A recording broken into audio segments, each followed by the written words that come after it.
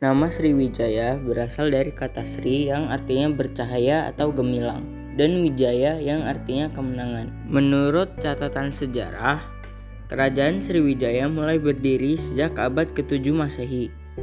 Hal ini diketahui dari catatan seorang pendeta bernama Yi Xing dari Tiongkok yang pernah berkunjung ke Sriwijaya. Dalam catatannya disebutkan, Kerajaan Sriwijaya didirikan pada tahun 671 dan saat itu dipimpin oleh Raja Dapuntahyang Sri Jayanasa. Nama Dapuntahyang juga disebutkan dalam prasasti Kedukan Bukit yang ditemukan di Palembang.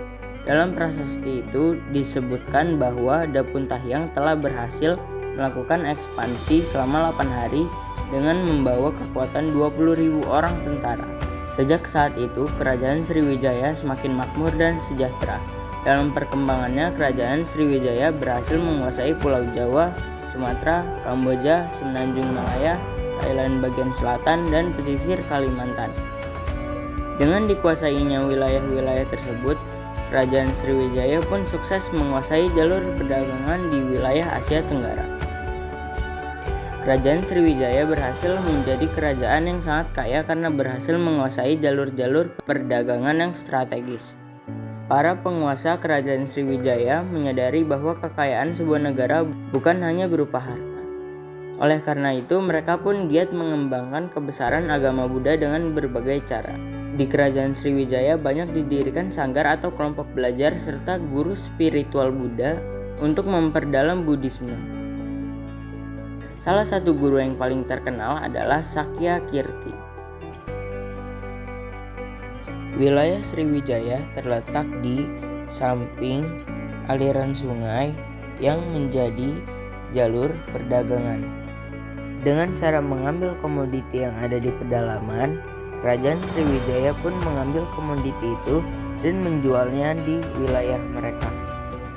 Akhirnya Sriwijaya pun menjadi pasar yang sangat ramai. Dan Sriwijaya pun terus berkembang dari pedesaan menjadi kota dan dari kota menjadi kerajaan yang sangat besar. Sriwijaya juga menjual barang-barang hasil bumi yaitu kemenyan, lada, damar, penyu, logam, dan gading. Kerajaan Sriwijaya juga ingin memperluas wilayah kekuasaannya dengan cara berperang. Mulai dari Ligor, Tanah Genting Terah, Kelantan, Pahang, Jambi, sampai Sunda. Dan di akhir abad ke-9, Sriwijaya pun berhasil menguasai seluruh jalur perdagangan di Asia Tenggara. Pada saat masa keemasannya itu, Kerajaan Sriwijaya dipimpin oleh Raja Balaputradewa. Sriwijaya bahkan pernah tercatat sebagai pusat agama Buddha aliran Mahayana di Asia Tenggara dan Asia Timur. Namun di abad ke-12, kerajaan ini pun mulai goyah karena banyaknya kerajaan-kerajaan lain yang ingin menyerang Kerajaan Sriwijaya. Mulai dari Kerajaan Siam yang mulai menguasai perdagangan, banyak juga daerah-daerah yang pernah ditaklukkan Sriwijaya mulai melepaskan diri. Dan pada tahun 990 Masehi, Kerajaan Medang Kamulan menyerang Sriwijaya. Walaupun serangan ini gagal, serangan ini cukup untuk melemahkan Sriwijaya.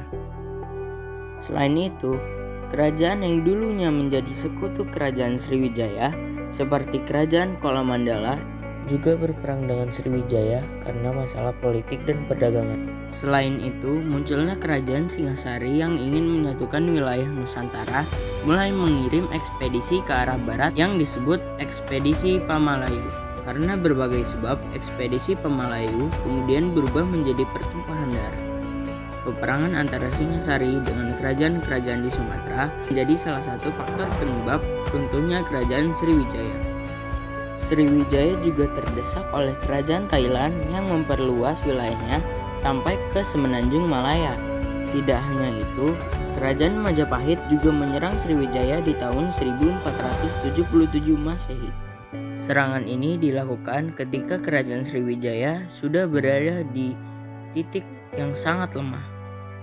Dan sejak saat itu, Kerajaan Sriwijaya pun berhasil ditaklukkan. dan akhirnya kerajaan Sriwijaya pun runtuh. Selama berdirinya, kerajaan Sriwijaya dipimpin oleh banyak raja yang sangat hebat. Namun di antara sekian banyak raja yang pernah berkuasa, terdapat beberapa nama yang sangat terkenal. Yang pertama adalah Raja Dapuntahiang.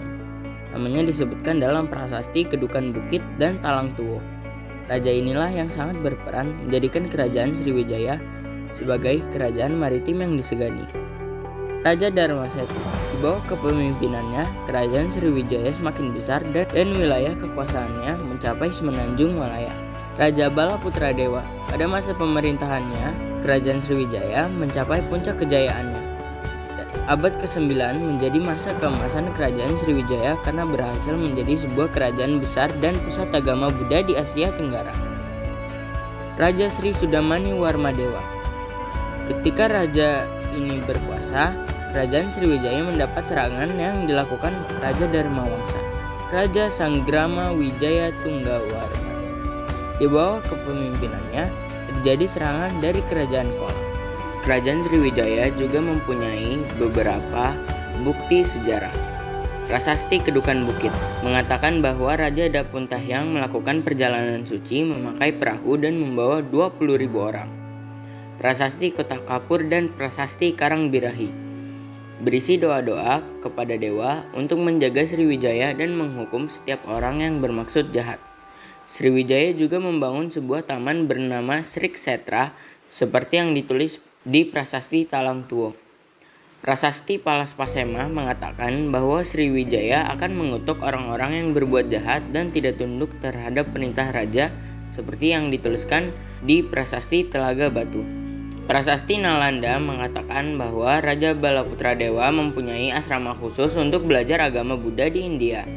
Ada juga Prasasti Ligor yang terbagi menjadi dua sisi.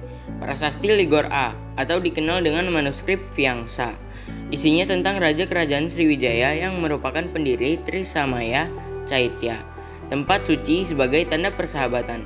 Prasasti Ligor B berisi tentang nama Vishnu yang bergelar Maharaja. Vishnu berasal dari keluarga Sailendra Vamsa. Menurut pendeta Tiongkok, Ising mengatakan bahwa Sriwijaya menjadi pusat pembelajaran agama Buddha.